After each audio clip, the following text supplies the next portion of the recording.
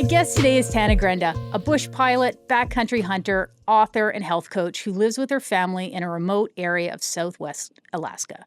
Thank you for joining me today on The Wild Kitchen, Tana. Yeah, thanks for having me. Yeah, it's good to see you again. I haven't seen you since the first time I met you at your Wild Women Rendezvous in Idaho. Um, I've signed up again for this year. It was just an awesome time. What really blew me away was the quality and caliber, pardon the pun, of the women that not only attended the event but who were there as instructors running the show. Like, I it was insane. I've never been surrounded by such an incredible group of women in my entire life, and it just got me thinking, like, what is it like? How do you surround yourself with people like that? Yeah. Well, first of all, you make me sound really cool. Did you hear that ding? I did, yeah. It's all good. It shouldn't show up, but just Okay. in case. Okay. Yeah. I'll go back Sweet. for a thing. So, Okay. first of all, you make me sound really cool in your intro. That sounds good. Second of all, I don't know why I just feel emotional today. So even you just saying the few good things that you did about the rendezvous, I teared up a little bit. But thirdly, I mean, it's taken a lot of years to get here, and there was a lot of stress, honestly, with the first year of me doing this and finding the right people. And I had to go through some hard trials of like cutting some people out that were toxic and bringing in the right ones. So you saw the best last year after the couple years of like pain and agony of the refiner's fire that I went through for a couple years, finding the right Yeah. people. Because, sometimes you think you've got the right people and they're uplifting and they're like experts, and then you put them in a setting with a bunch of women and then there's like drama and stuff. And like, I'm not a drama person. So anytime I have that, I'm like, okay, you're gone, you're out. So I guess I had to be very authentic to myself of what I wanted the feel to be for the rendezvous. And I stood true to that. And I broke hearts and I lost friends. And I went through some hard couple of years to get there. But I know it was worth it because it brings the right people to that event, and then we can all have a more positive experience. And it was incredible, just like you said. Like last year, I Yeah. was going into it, I was stressed, I was worried because it was a couple years of just really hard, like trying to figure it out. And then last year, it was just amazing. I was like, okay, I have to do this again because Yeah. like all of this hard work made it worth it, and it's only going to get better from here. And it's very important for me to be surrounded by so many incredible women, and like they came from all over the world. I mean, Canada and all over the US, and we even had a gal come from Spain. And Yep. then in my Alaska retreat a couple weeks later, I had a gal come from the Netherlands. I mean, it's so cool to connect with these women from all over, and we're all very like-minded.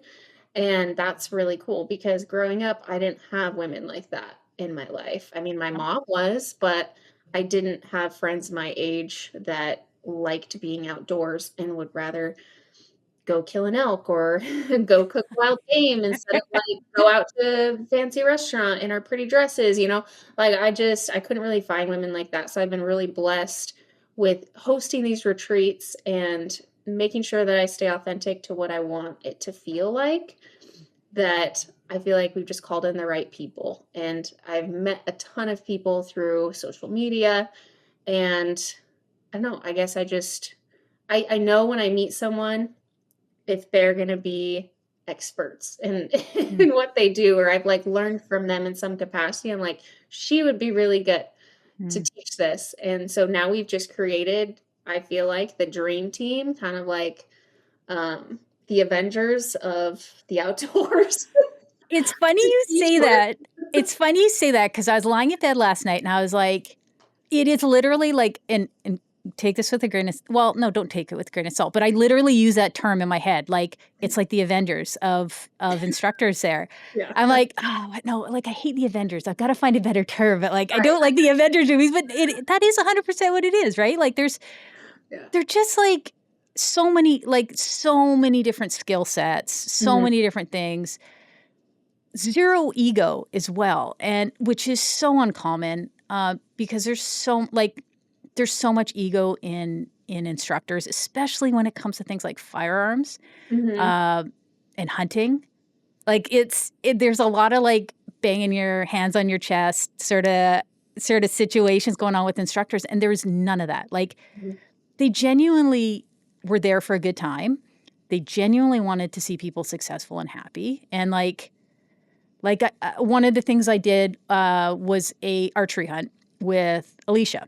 Yeah. And there was, like, hugs and tears and everyone like, I have never been so genuinely happy for someone to harvest an animal in my life Yeah. than when Dina got her elk. Like, Yeah. it's just, like, people were so happy, and I I think that was, like, 99.9% because of that environment that you fostered there with, like, just everyone was there for the right reasons, and if there was even a smidge of bull, it was snuffed out very quickly, and, Mhm. people were encouraged to, you know, support people. Yeah. I mean, imagine some people would think like, okay, 50 to 60 women in one area, like that's a disaster waiting to happen, Yep. Like Yep. so many different like alphas women, Mhm. all of us Totally. are very like alpha. But what's cool in the kind of environment that we like to foster is that it doesn't matter what skill level you are. Like you could, like Dina, you could have never ever shot anything with your bow before. Or Alicia, she shot like 10 320 plus bulls with her bow, and it doesn't matter because we all want to see each other succeed and we're all at the same level playing field when you get in that environment and you have the right people and when everyone has a positive attitude and they have like that team mindset, Yeah. not just this is about me, but like this is about the team, this is about everybody. And I think that that is just so incredibly special to find and I don't know, impossible. Like you'd think it'd be a disaster, but it's really incredibly powerful when you Yeah. bring all those women together. Yeah. It's Oh, 100%. I remember my husband, like, 3 or 4 days prior to the event start, he's like, "Hey, I saw this event. I think you should do it." I was like, "What? I don't know. It's in Idaho. It's, like, in 3 days. I don't know." He's like, "Just clear your schedule for next week. I think you should do it." I'm like, schedule. I love it. "But" yeah, like, I don't know. I like, what sort of level is it at? And I was looking at it, I was like, "Okay, there's literally something for everyone." But Mhm. even at, like, beginner rifle shooting or whatever, there's something for everyone at every level. There's something you can get from it. Uh, and it's just fun. Like, it was so much fun. Like, it's like camp for women, right? It was so much fun. I just loved it. So, Yeah, I super remember stoked. it's very rare for someone to sign up, like, last minute, like, most people sign up, like, a year in advance or Yeah. 6 months in advance, and they plan it out, and I remember this chick coming through from BC, like, on my email, and I was like, "We have another person coming." And I'm like, "Yes, I love people that are just like, 'I'm doing it. I'll be there in a couple days. I'm coming from a different country, but I'll be there.'" Yeah, Like, yeah. I awesome. know. I'm pretty sure I think I'm gonna bring my rifle this time. But, Yeah. uh but yeah, no, I was like, "Ah, cool. I've never been to Idaho." No, I'd only been to a little bit. I wanna see more. That's what it was. I'd never been to Montana. Figured I'd drive through and do a road trip, and it seemed like an adventure. It was just Not a like lot of country. yeah, yeah, it was fun. So, I'm excited about it again. Yeah. Uh, I, I did one of the other things I noticed is that, like, with these women going into it, and again, we talked about varying skill levels and comfort in the outdoors. Do you see do you see as they develop this new capability and skills in the outdoors how it changes how they live their lives and sort of move through the world when they get out of it? Yeah, it's very impactful for a Yeah. lot of people because it's I guess it really parallels life. Yeah. Like, if you have confidence in what you're doing and your skill level, you're gonna have confidence in the other things that you do in your life, whether it's your job or taking care of your family or you're learning something new, like, especially with all of the retreats that I've done, and I don't know, I think I'm almost to 20 retreats that I've hosted at this point, like, since 2021 or since COVID, whenever that was. I kind of started this to really bring people together and allow them to have personal one-on-one connection, not just through the screen or sitting at home being quarantined. And so throughout all of these retreats, like probably the most common thing that I hear time and time again is it changed my life. Like it helped me realize what was important. It helped me realize what my priorities were. It helped me know what my passions are and that I need to push for those and not just like throw my life away doing this job that I hate, for instance, or I've lost myself in my kids and I haven't taken time for myself to go hunting more or to, you know, take time and go spend a weekend with women. I mean, it helps people prioritize themselves. It helps them prioritize like what's important to them. And then I've had some people straight up like quit their jobs and move to a different state because they just realized that they didn't Wow. want to live their life the way they were living it Mhm. anymore. And after being surrounded by other women that pushed them and inspired them and made them more confident in their life, they had the confidence to do it. And the I I don't really know why. Like, I just see it time and time again that these events create a safe space for people to come, to learn, to gain confidence, to grow, to make connections with like-minded people, and then they come out of it and they make changes in their life that they wouldn't have done before.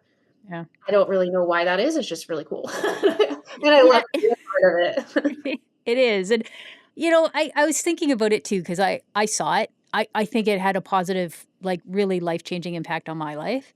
I think you hit a few things there that affected me, having kids, and I wasn't the maternal type when I was younger, and I met the right guy. I knew I wanted to have kids, and when I had kids, I knew, I was like, "I don't wanna put them in a daycare. That's not for me. I'm gonna quit my job that I loved, that probably defined me a little too much, but I knew I needed to stay home and take care of the kids, and I threw myself into that 100%, and I 100% lost myself in it as well, right? So to be able to come to a place that was just for me, was really, really amazing. And I've Mhm. thought about, other people that I met there, and I wonder, we like you said, we live at a time where we're staring at our screens all the time, and a society that's so terrified and scared of, like, everything and things that we shouldn't be scared of, right? And Mhm. we're put in this place, and you're showing us things and putting us in situations where people will generally fear that, and then they build these skills and competence and things. They're like, "I don't need to be scared of that." Like, Yeah. do you see stuff in life where there's unnatural fear, and as well as a bush pilot, like, that's not the safest, hopping on an Air Canada flight to Toronto is infinitely safer than jumping in, like, Yeah. one of those teeny tiny little planes. Like, do you see a lot of that in your own life where you're in what would be a really scary or not scary, but typically unsafe situation, but, um, it is safe, right? Because you have the skills, you have the competence to do it. Um, I gotta imagine in your life, there's a lot of dangerous things that you're doing, right? Mhm. Yeah, our Yeah. lives are pretty dangerous. A lot of the things that we do day to day, people would not even think about doing because, I mean, I've even met people that are like, husband and wife won't ever fly together because what if you both die? They were going to leave the kids. And I'm like, I can't live that way. Like, I can't constantly live in fear of what could happen. Like, I could die of a heart attack on the couch eating Cheetos watching a movie. I could die in a car accident to go pick up my kids from school if I played it safe. Like, I'm really not a person that plays it safe. I'm a big risk taker. And I have fears, but I feel like my fears are healthy. But yeah, when it comes to like our dangerous lifestyle, I've equipped myself with the skills needed in order to survive. Like, I've survived a lot of near death situations because I had the skill level to survive it. And so that's another reason why I started retreats actually is I was in a pretty bad survival situation with a bear attack and coming through that experience was very traumatic for me, but also I came out of it knowing like if I didn't have this and this and this and this and this experience and skill, I would have died. And I want to be able to teach women and empower women so that they can go in the wilderness without fear, knowing that they can protect themselves, they can take care of themselves, and they can survive anything if they're prepared. And so that's another, like, underlying reason of why I started retreats, not just connection, but also giving people the skills and the empowerment to survive anything. And that can be in life, it can be in the wilderness, but when you have the right mindset and you have the skills and the confidence, like, a lot of that fear will go away. And I mean, it'll still be there, but you know that you're equipped to handle it. And I think it just helps people to take the leap and not live in fear all the time and be so scared of everything. I mean, Yeah. I don't know. That's at least how I live. I'm like full risk taker. Like, I don't care. I'm not gonna sit and play it safe like ever. So what are you afraid of? Oh, okay. Deeply, I'm Okay. afraid of being ripped apart by a bear and Yeah, dying that's that fair. way. Yeah. I am too. I am too. That's probably my biggest fear. So close. So yeah, that's probably my biggest fear. Another fear would be that my husband dies in an airplane crash, doesn't come home. I mean, that's a very, very common thing that I think in the back of my head, but I'm like, I have a lot of faith and I have faith in God and his plan for us. And if that's his plan, then that's his plan. And I will cross that bridge when I get to it. But, every day I'm thankful when he comes home and when I come home, because we've both been in some sketchy situations that we could have not made it out of. So, but at the same time, like, it's given us such a cool life that I feel like if I died today, I would be perfectly content because I lived a lot. So yeah, I do have fears, but I guess if you have faith, you can't have fear. So I try to have more faith than fear. If that makes sense. That's a good way to look at it, right? Like, Yeah. I mean, it's not like you're changing your life to avoid bear encounters. Oh no. No. I decided to move into the heart of the highest bear population in all of Alaska. So, Yeah. Oh, 100%. My retirement plan is to move up to Northern BC. there you So, go. like, right there. Yeah. But I think there's a healthy respect you can have for bears, and like you said, you take precautions and you educate yourself, Mhm. but I would be so disappointed in myself if I spent my life sitting on the couch because I was afraid, or I never flew because Mhm. after having kids, I was suddenly afraid of planes, but, Yeah. um, you gotta push through that, Yeah. but I've had yeah. a few, like, near-death experiences that have taught me a lot, and I think that is the reason why I just live life, like, with no regrets because I've been so close to death so many times that I'm just like, "Well, tomorrow I could go, and, I'm just gonna live and have no regrets and live my bucket list and do everything I possibly can in the amount of time that I have on this earth." Yeah.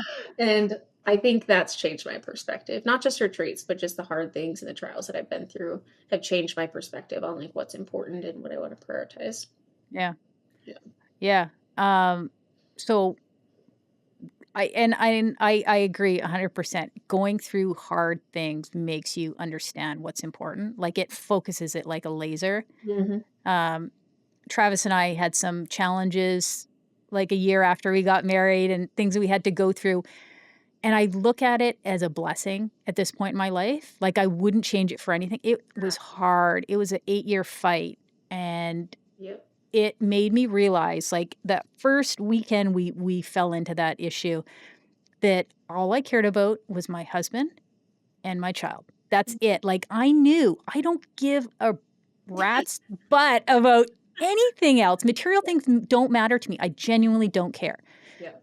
I could be living on the street as long as Travis and our kids are there, right? Yeah. And I don't think many people have had that challenge to have them focus and know that deep in their core. And I also think not being challenged by stuff is what makes people so afraid of stuff, right? Mhm. They put too much power in things they can't control and things that are not real fears. Mhm. Um, I was on a plane one time, a old Cessna Beaver, and we're flying, the whole family and our dog are flying. Talk about, like, not flying with your husband, but flying with the entire family and the dog in the back seat, from a remote lake where we went on a fishing trip. And we flew back home, and sitting in the back seat, looking up on the dash of the plane, and this red light goes on, and the pilot and Trav are chit-chatting, and no one's paying attention, um, and I look at this light, and I'm just watching. I'm like, "Oh, that doesn't look good. That doesn't look like something that should be that wasn't on before." Like, and then all of a sudden, it goes dead silent, and for anyone that's been in one of those planes, they are very, very loud, and then the lack of sound was deafening, and then the plane just starts going, like this, and and I look my son was working on his pilot's license at the time, and I look at him, and he's just like, "Well, whatever." I look at my daughter, she looks at me, and we grab onto each other like death grip, and the pilot's swearing, and he's, like, pulling a lever and pumping and, like, pressing buttons, and I'm like, "Well." What kind of fuel?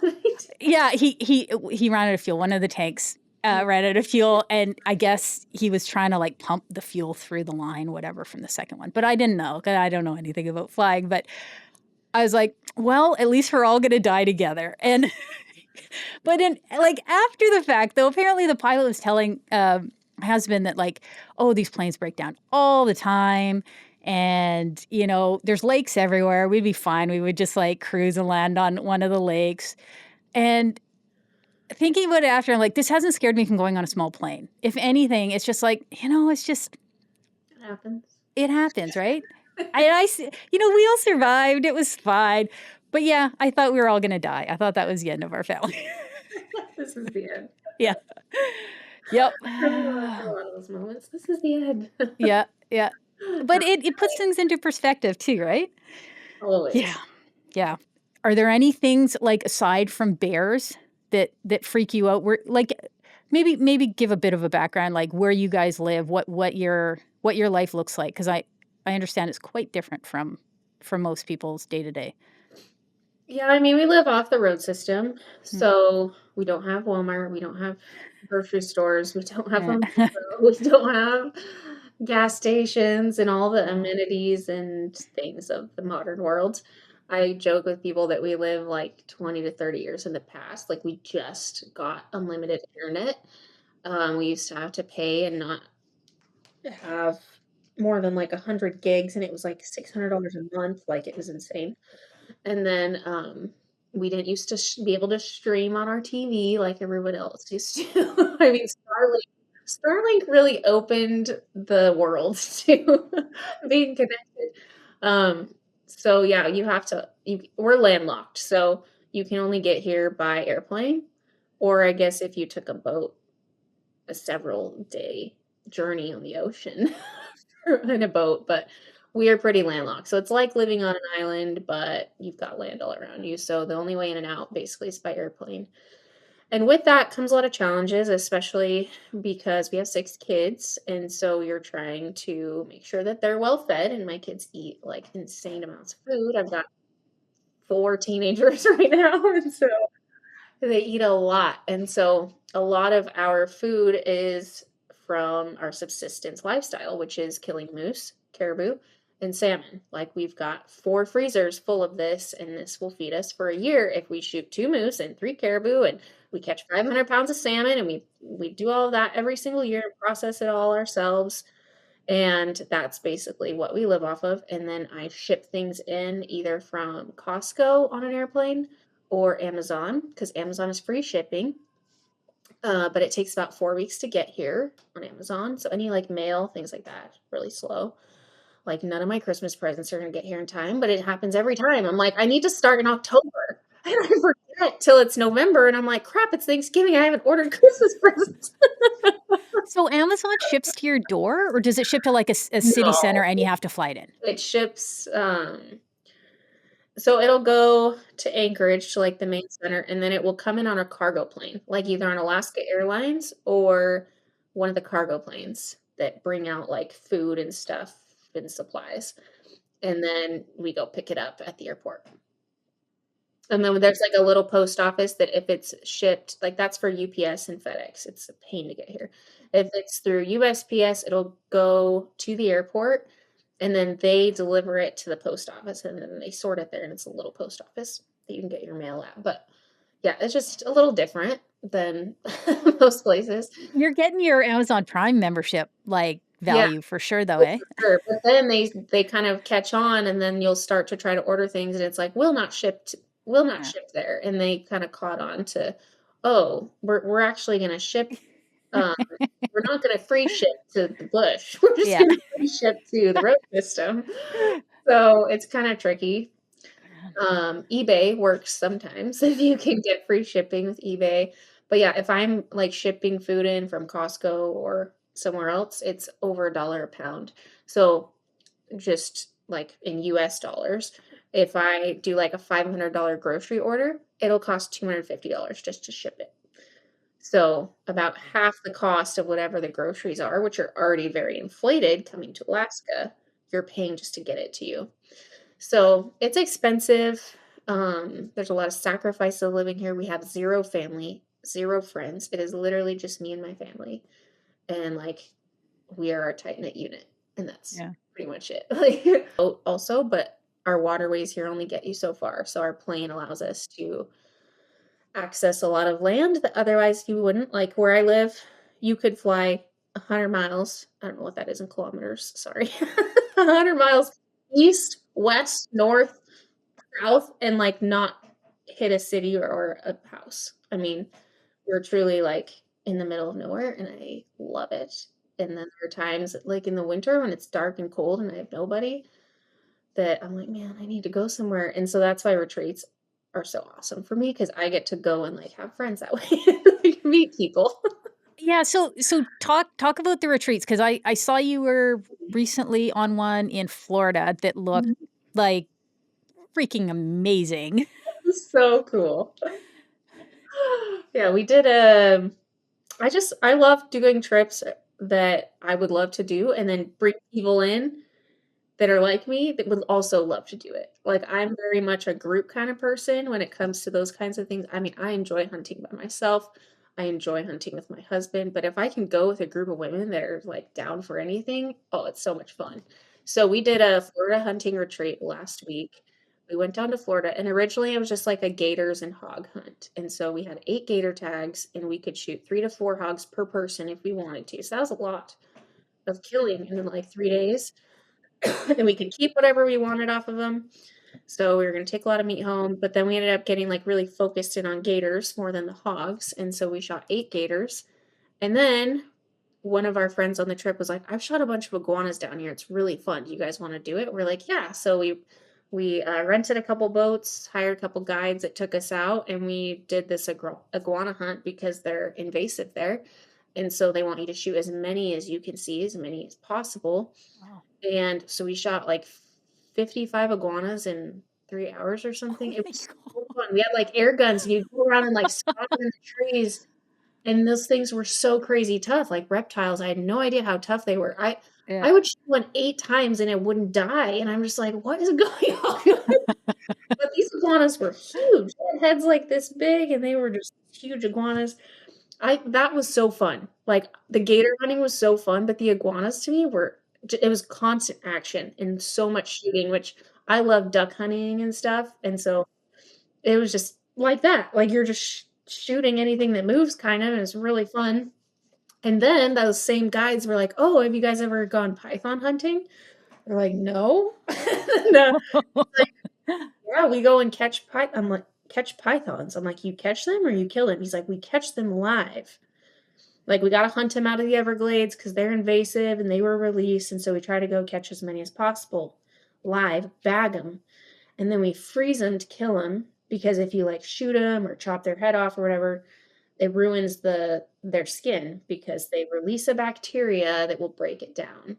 So, you can't actually kill them only by freezing them in a freezer, and then you thaw them out, and then you can skin them, and then they make, like, boots and all the sorts of stuff out of snakes, and they're solving the invasive problem of the pythons down in Florida, and then I think some people get bounties for them. So, we're like I thought most women were, like, terrified of snakes. I'm not, but, I asked the group, I was like, "Does anyone wanna go python hunting, or am I crazy?" And they're like, "We're down." I'm like, "Okay, let's go python."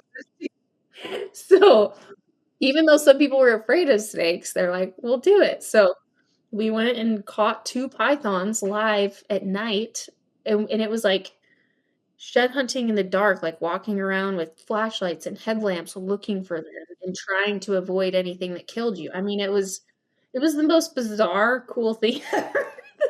We were like, "What are we doing? We don't know what we're doing." But these guides would just, like, let you off the boat. They're like, "Oh, watch out for the black snakes," the cottonmouths, or water moccasins, is what they call them. "Those will kill you.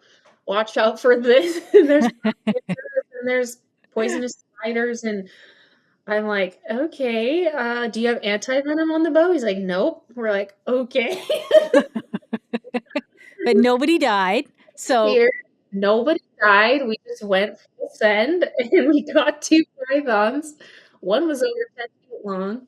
It was a wild experience, but I would totally do it again. It was so fun, and I'm like, "Who else in the world, like, would do that?" Like, "Girls trip, let's go catch some pythons in the oh, Everglades." totally. No, like, girls' trip around here is like, "Okay, let's go up to Whistler and drink wine and eat food Yeah, and complain about our husbands." Like, I don't wanna do that. Like, this yeah, I saw a clip from the trip where this one gal, like, jumped out of the boat and swam through the water and grabbed an iguana with her bare hands and then brought it back to the boat. I was like, yeah. okay, that looks cool." Well, it's funny because we just come from gator hunting, and there was a couple times we, like, lost a couple gators and couldn't recover them till, Mm, like, the next day because when they floated up, because they'd sink to the bottom, and then you'd have to, like, fish them out mm.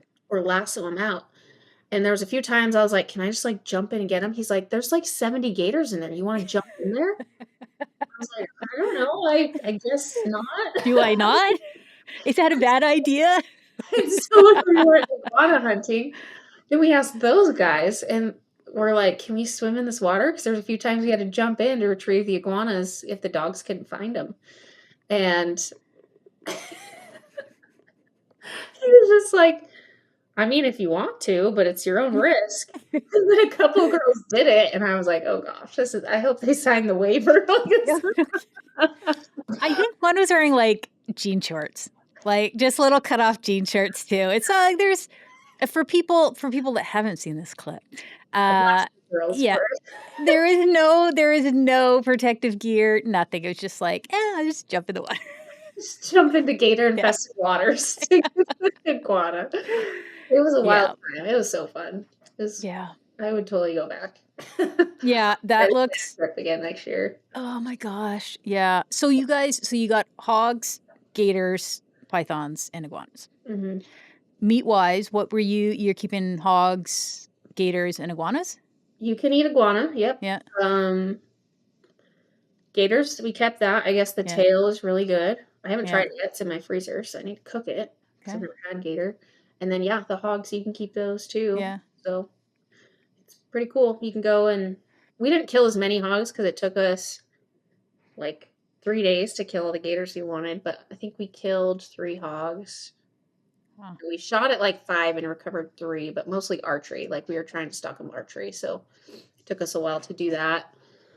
Um, but yeah, and then we decided to do the iguana thing and then the pythons, and it was just a really cool all around trip of just, "What else can we go hunt? This is cool." Oh, yeah, It was that's fun. super cool. It's That's just a super cool. different world, like, from Alaska, I'm surrounded by bears and moose and caribou and stuff, and then you go to Florida and you're surrounded by, like, snakes, and there's gators literally everywhere. Like, in this one little canal, he's like, "Oh, there's probably 70 in here." I'm like, "That's, like, more than fish." Like, you don't even have 70 fish in a stretch like this in most places, like, there's 70 gators in here? I mean, it's just insane, and it wasn't a gator farm, which I didn't want to do. I didn't wanna go to a farm and, like, have them bait them on a hook and then shoot them. Like, that just seemed stupid. So this was more of, like, a spot and stalk hunt on it was on private land, but not a fence or anything, so they can come and go, and, yeah, we kinda, like, spotted, stalk them, and then after we shot them, then he would cast in a big hook and then another hook on a rope and try to lasso him out, which got wild when 2 of them were not dead yet, and we were, like, wrestling gators. Oh my gosh. One girl holding a rod here and one girl holding the rope here, and the guy going down there trying to like put a knife or like and try to kill it. But Oh these man. reptiles, they are so tough. Like I Yeah. thought bears were tough. These reptiles do not die. And even after the gator is dead, they will still have nerves and stuff that twitch and move for 24 hours. So they'd be dead, and we'd like have it on the road next to the side by side, like take it back, and its tail would start switching and it would Oh start my god. rocking. Its spinal cord is cut and it's been shot through the eye, and it's Oh just like, man. "How is this thing still moving?" And then they duct tape the mouth because they'll bite you for 24 hours even if they're dead. It's That's so oh crazy. man, that's unnerving. They'll That's unnerving. growl and do their little, like, really low vibrating growl, which is super creepy if you've heard them. Nope. Yeah, I was like, "This is wild. This is Oh cool." my gosh. That's awesome. Yeah, That's super just awesome. felt like swamp people, like, we didn't know what we were doing, but, like, we're the swamp sisters down here. Cool. The rednecks. And the iguana hunting is so funny because if you've ever I don't know if you've been to West Palm Beach, but West Palm Beach is like a very ritzy, rich area of $1,000,000 houses, and then they've got these, like, canals and rivers that run through it. Well, we were like the rednecks, okay, with, like, air guns and backwards hats and cut off jeans, you know, going through these canals for shooting the iguanas because 'cause they're invasive. And then you've got, like, these ritzy people out in their yard just looking at us like, "What are you doing?"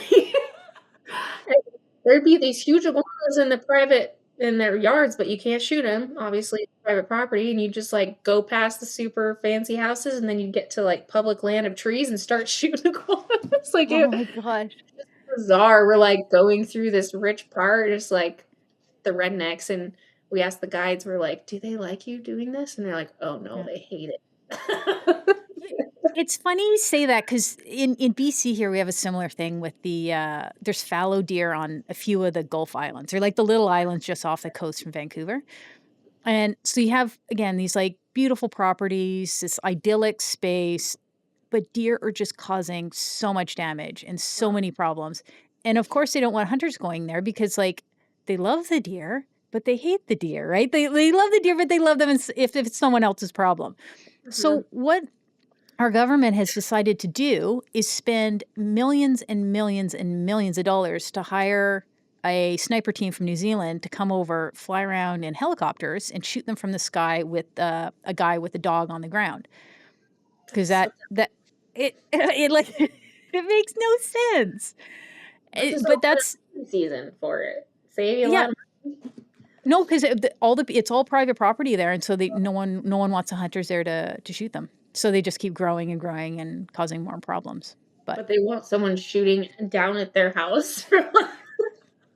believe me, no hunter in BC is like, "This program makes sense." Like, I think everybody here is like, like, "I would do that for free. Just let me go." Let me And have they it. they contacted us to help with some training just for licensing and stuff, and I remember Travis is like, "Okay, we'll do it for free. Just tell them that I need to be on the helicopter too." They're like, "Yeah, no, that's not gonna happen." But I yeah, just see so many volunteers, like, you don't need a sniper, you just need a good hunter to go over there and just take them out, and then you could still use the meat and give people the meat and not waste them. You know? yeah, and the it's funny when it came back, the results of the cull that they did. So there's the fallow deer, and then we have our local, like, blacktail. They ended up shooting, like, 30% blacktail. So it was just it's yeah, it just doesn't make sense. I have to shake my head a lot at these programs that yeah, they just, you know, the reality of life doesn't make sense, but I don't know. The S wildlife management is a little lost on them. Yeah, We know how to do yeah. it. As long as we don't see it, I'm gonna buy my chicken wrapped in plastic at the grocery store, but you shouldn't eat duck because that's cruel, right? Yeah. So so as well as, like, all of the other stuff you do, you also do, like, fitness coaching, Mhm. and is it mostly directed for hunters, or is it, like, just anyone that wants to get in better shape and I love working with hunters specifically, but I also love working with women that just need help with their health, like if it's hormonally or I mean, there's so many different types of clients that I worked with that it's hard to say that like I only work with this person because truly I just meet you where you're at and Mm, with what your goals are and what your struggles are and we work on that. And so I worked with people that cannot gain weight and help them gain weight. I've worked with people that like cannot lose weight and help them lose weight. I've helped people that just have a lot of hormone issues to balance their hormones and gut issues that they can't figure out and they need a more holistic approach. I mean, I work with so many different people, but as long as people are willing to like put in the work and they're ready for change, like I can help you. yeah. I will help you if you're willing to be helped. I cannot help you if you're not willing to put in the work. And so I worked with hundreds of different clients over the years and I love doing it. I really do. I really geek out on a lot of the health, fitness, nutrition side of things Mm, because I myself have dealt with a lot of like autoimmune and gut issues and hormone issues since I was a kid. mm, Um, and so I had to like learn a lot from a young age and really dial in my nutrition from the time I was like 12 years old in order to have a quality life. And so I think that led me into helping people on that side to be healthy and it just goes into also just living your best life. Like if you aren't healthy and you aren't feeling good, you're not going to be able to do the things that you want to do. So, how do we get you to that point where you are feeling at your best, no matter what age you are, or what you're struggling with, or what point of life you're in, so that you can like do the things you want to do and not feel held back? That would be my whole approach, not just with hunting, but just you living life you want to and not feeling held back by it. Even if it's just needing to keep up with your kids or wanting to be able to go on a walk with your friends or go on this hike next year or do this elk hunt next year, like whatever it is. So we take that goal and we run with it.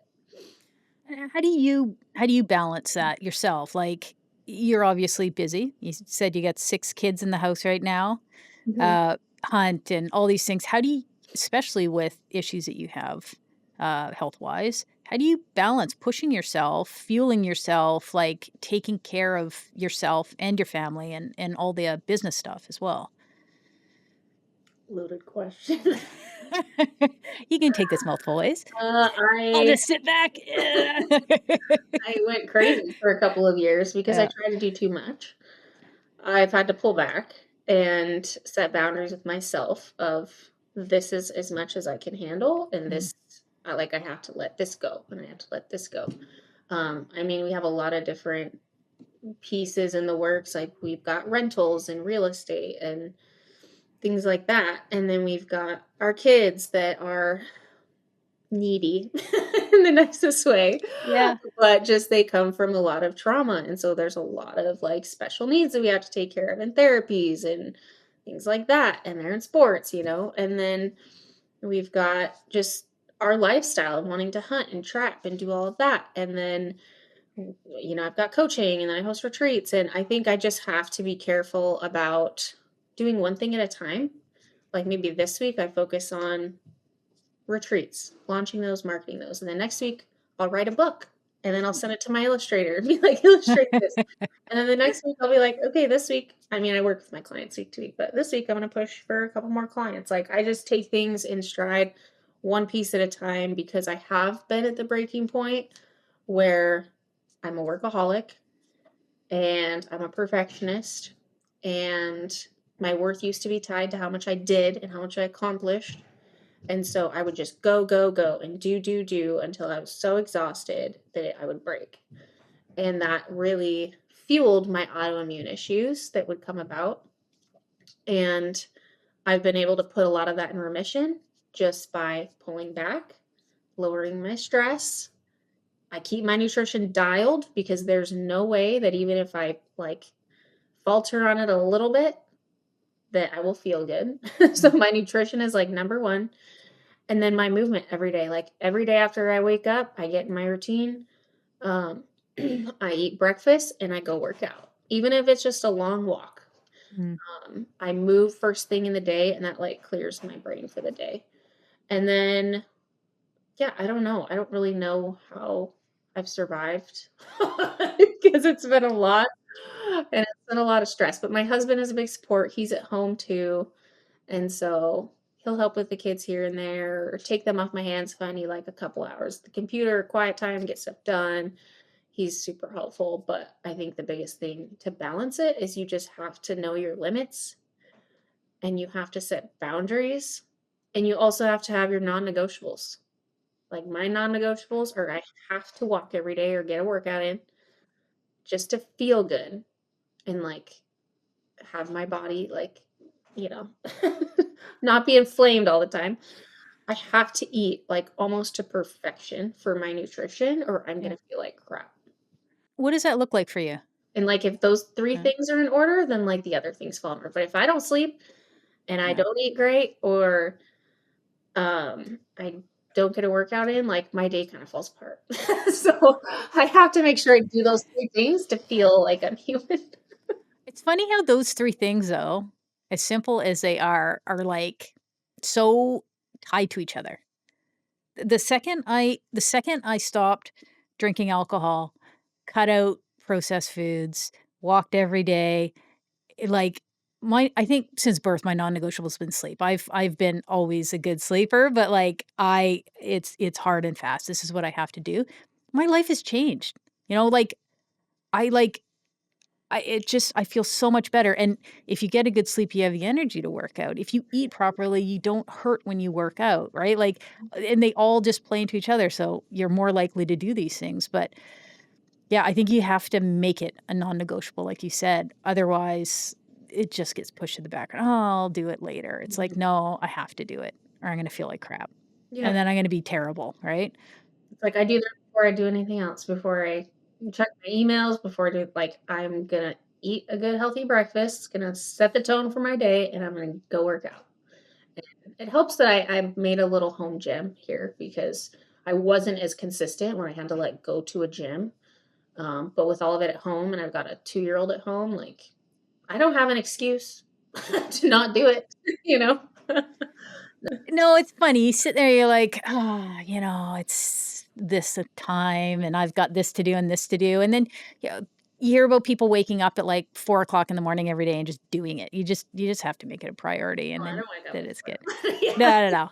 I just Nobody wake up till, like, 7. nobody does, but Yeah. it it calls you on kind of on your bullshit and, like, "Yeah, I gotta get this done," but If you need to wake up early, do it. I gotta sleep. I gotta get, like, 7 hours to function. So, oh, yeah, 7, and I'm tired. I, like I need, like yeah, 8 is really better. yeah. Yeah, 8 or 9's my And yeah. most people are like, If I get 5, it's a good night." I I No, can't do it. no. No. I like to think of it as like, how people use the term hangry when they get too hungry and they get angry? I'm like that with if I don't get enough sleep. I just, like, the troll comes out and you do not wanna be near me. I'm just an unpleasant human being. Yeah. Sleep yeah, I'd say the biggest thing with health is, like, sleep, nutrition, water, and movement, like, those 4 things. If you can just prioritize those 4 things, like, a lot of things in your life will fall into place because you'll have energy and you'll feel better and inflammation will be down, like, it makes a huge difference. So So for women, when they are working with you and say they're planning a big backcountry hunt, what do you tell them for like how to go out and push themselves physically on a hunt, but then also have the reserves to like actually hunt? Are there tips or tricks or things you tell them to do or well, I like to work with people if they're gonna plan on a big one, at least 12 weeks in advance. Ideally, 6 months is ideal to be very prepared. Like, if you're gonna go on a big backcountry hunt and you haven't prepped at all, and you haven't hiked at all, and you haven't put a heavy pack on your back, like, you're screwed. I'm sorry. Like, you're gonna die. no?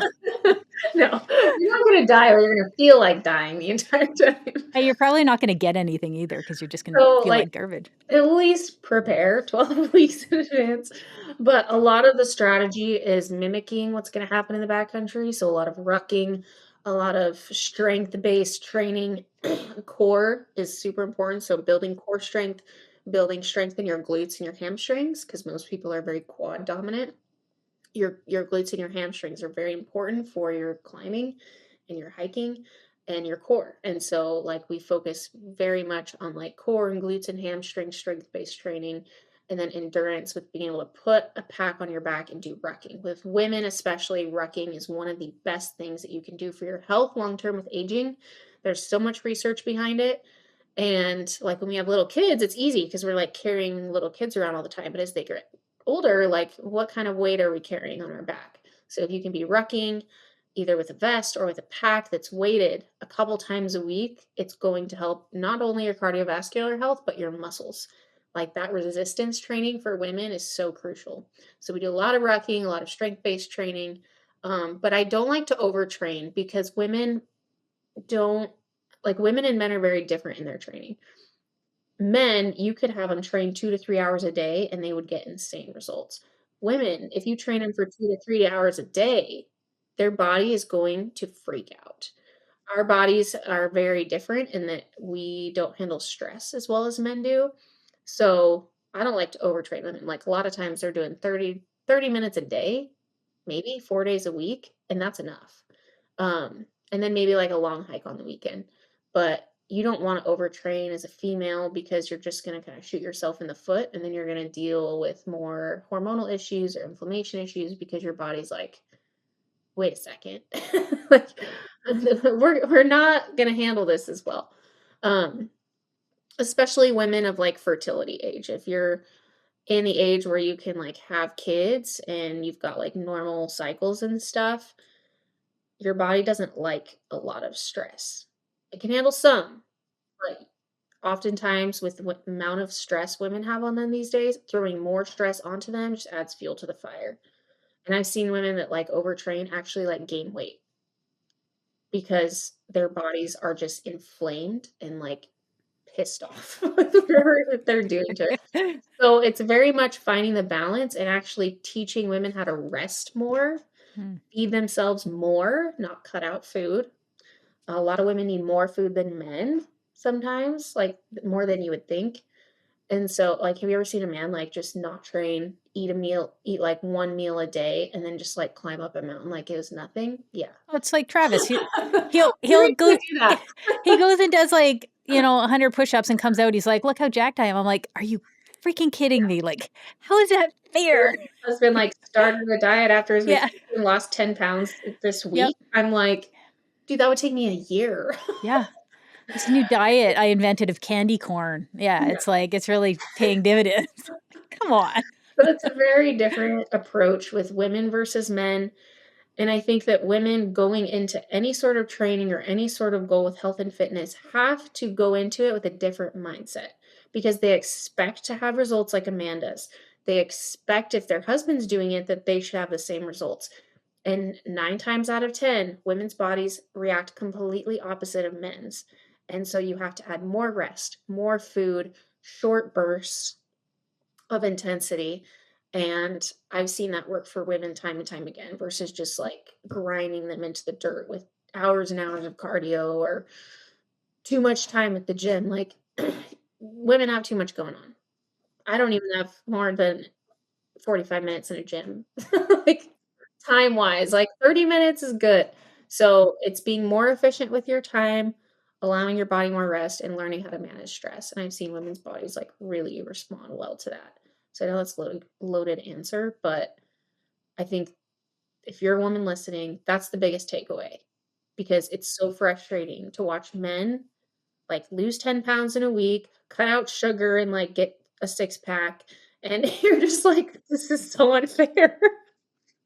But there's a reason because our biology is so very different and our hormones are so different. Like men, their hormones reset every 24 hours. Our hormones don't reset for on average every 28 days. So imagine a man like 24 hours of one day, that's a month for us. So imagine a month being an entire day. That's what it takes to reset ourselves. And we are going through so much in those 28 days, up and down, up and down, up and down, and then we reset. Like, our bodies do not react in a 24-hour cycle like men's do, and so the approach to training, the approach to nutrition has to be different. And I think that's really hard because women are not taught that. We're taught to, like, live in this 24-hour world and expect our bodies to catch up, you know? I don't know if that makes sense, but I, like, geek out on this, and I go on tangents, so Do you think as women we benefit more from, like, wild food, whole food, forage, like, Mhm. basically all the food that you're going out and harvesting, Yes. do we benefit more from that sort of consumption? I think back to, okay, my body is still, like, designed the same as it was back in the cave woman days. What was I doing then? Like, if I lived back then, I would be hunting, I would be gathering, I would be eating a lot of meat, and so that's what I do. Like, I mimic a lot of what I would do if I was living in the woods. I eat a ton of protein, like, that's my main source. I'll eat some veggies here and there, I'll eat some fruit here and there, but, like, I eat a lot of protein and a lot of fats, and that has been, like, the biggest help for my inflammation. Everybody's different. Some people can handle a lot, but, with me, I have a lot of, like, histamine and mast cell issues, and so my body can't handle, like, grains. Like, I haven't touched gluten in years. I can't do it. I will blow up like a balloon. I will have achy joints and feel like I have arthritis at 34 years old. I can't work out. I'll be sore. And as long as I, like, eat really good and super clean, like, my pain, my inflammation, my flare-ups, gone. And stress too. Like, if I'm stressed, the same thing will happen. But if I lower my stress, gone. Like, it's crazy how just my stress, my nutrition, and my sleep, like, literally runs my life. And it makes a huge difference. I think the more in tune you are with what you're putting in your mouth and how it makes you feel, like, Mhm, I feel like Western medicine is failed us in a lot of ways when it comes to that sort of thing. The food pyramid and, just have a nice big bowl of oats for breakfast and then a nice sandwich for lunch. And I lived my life like that for such a long time. And just reassessing what I'm putting in my mouth, how it makes me feel, and start cutting out things that don't make me feel good and just being ruthless about it has mhm. completely changed my life more than anything. I mean, I was borderline, they thought I had a, thyroid problem. I stopped eating, grains, cut out dairy and eggs, and it's like, "Oh, no, you just, like, you can't eat that stuff. It doesn't make you feel good," right? And it's like they wanted to put me on medication for it, and Mhm. it's just, food I'm eating makes me feel bad, so and then, there's my husband who will eat hot dogs for a whole weekend and be like, "Why don't I feel good?" Like, well, you know, I Yep. think that might be it. Oh, man. True, I could never I don't I don't think I've ever eaten a hot dog, to be honest. No, and in full disclosure, this was when he was this was when he was, like, 18 years old, and he is a very different person now, and I'm sorry, Travis, if you're listening to this, to throw you under the bus like that because it truly was when he was 18, but, Oh, my husband um still does that. I'm like, "Dude, you can't eat like crap and expect to feel oh, good." I think he's got an iron gut, though, he can handle it better than I can, but, um, so retreat, next one coming up, what's that one? Is it the, Rendezvous in Idaho, or do you have something else coming up soon? Yeah, I think that's the next one. I was trying to Yeah, think. Sometimes we have one in January that's, like, in Cabo or somewhere warm, but unless I yeah. decide to throw one in next spring, the rendezvous next in June. And then in July, I'm doing a catch a can women's fishing trip, so if anyone wants to come up and catch a Oh, ton of halibut and salmon, that's the 2nd week in July wow. in Ketchikan, Alaska. And then August is my Alaska wilderness retreat, so we fly out in the bush and do a full week out there. That'll be my, I think, ninth Alaska trip doing that. That was really fun. And then what else we got coming up? Oh, and then I'm doing a Costa Rica tropical women's fishing trip in November, which will be a lot of fun. So that's on a boat catching, like, big trophy type fish?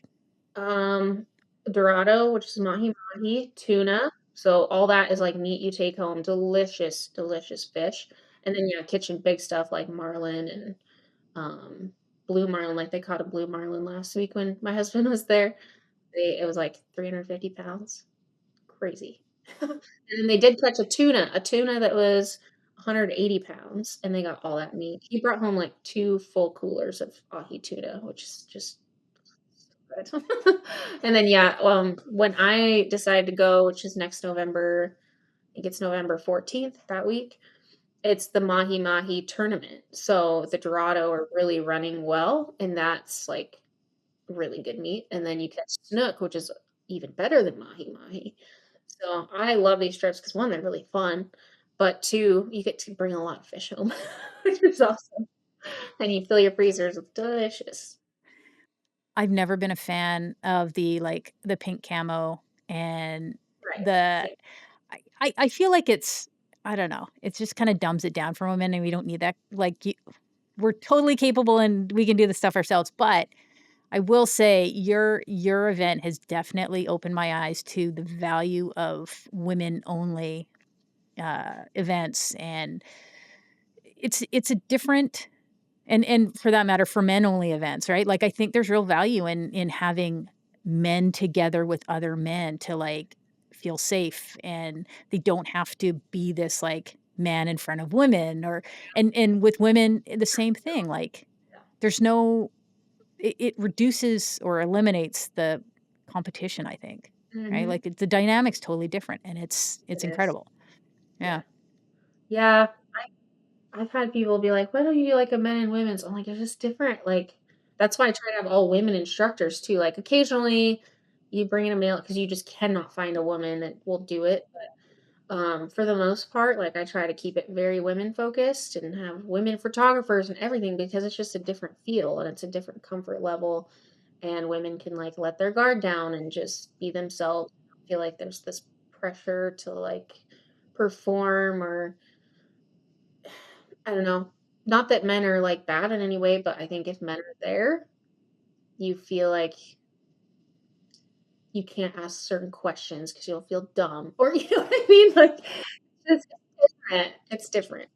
It's true. I was asked to teach I do, hunter education up here, and I was asked to teach a women's only course. I'm like, "Oh, fine, I'll do it." And I did it, and I felt so ashamed because I couldn't deny the fact that for these women, a it was it was a course they wouldn't have done otherwise, and the Mhm. only reason they did it is because it was a women's only course. And it's funny too because out of those courses, I have people that, like, I still communicate with and they'll reach out and be like, ask me questions and stuff like that. And I think their experience was so much more positive because it was a women's only environment. And Mhm. I teach other women in both sex classes, and I don't have that same connection there, Yeah. right? I've heard the odd scream in the background. Um, do That's you awesome. is there anything else you wanted to chat about? Unless you want to. Yeah, okay. I'm good. Uh, we didn't mention your book. Oh, yeah. You did a kid's book. Yeah. I have 2 out. One of them is more Northwest hunting focused, elk, deer, things like that, and it's all, like, hunting based for children because I couldn't really find any, like, good hunting children's picture books that, like, captured, like, the thrill of the hunt and the emotions of a hunt and, like, how exciting it can be, you know? So, that has been a really fun project, like, just a passion project, and hopefully will turn into something more. It's good. It's good for kids to have alternatives to Bambi, right? Like, Yeah, like, we're it's not gonna go shoot something and gun it out. It's good. Eat it. I think hunting was the most, like, formative experience in my son's life. When he shot his first deer, like, it changed that boy, right? Um, it's nice when hunters and outdoor lifestyle is put into a positive light, so, um, for any listeners out there who have kids or, like, maybe just, like reading at a kid's level. I Mhm. don't know, maybe they like reading kids' books. Where can they find your book? It's on Amazon right now. Stuck in the Rut. You can type in "Stuck in the Rut," and it should pop up, but the full thing is "Stuck in the Rut: Chasing Dreams" is book 1, and then "Chasing Alaska" is book 2, and that one's all Alaska focused, so moose, caribou, bears, um, yeah, it kind of throws in, like, my passion for Alaska and, like, the wildness of it, and then another cool part of these books is my dad actually wrote them, with me, with these lyrics that he wrote to, like, this rap years ago, like 15 years ago, as a teenager. He was like, "Oh, I just, like, wrote these raps about hunting," because our hunting YouTube channel is called Stuck in the Rut, and so we started filming our hunts and posting our hunts on YouTube and did a lot of family-based hunts. And so he wrote these lyrics, and I was like, "I'm gonna do something with these rhymes someday." And so I, like, pulled some of his rhymes into these books and, like, made books out of them, and he didn't know I was doing it, and then I surprised him, and he was like, "Wait, what? What did you Copyright infringement. co-wrote these books, see?" Oh, that's awesome. That's So awesome. Well, it's like a family legacy for us too. that's super cool. Well, I'm gonna put links in the write-up for the podcast when it comes out so people can find that. Put links to your website for any ladies that have some free time in June. Yeah, Check Grenda out the Rendezvous. Yeah. Um, right? it's been a real pleasure chatting with you. I really look forward to seeing you in person in June. And thank you so much for being on the podcast.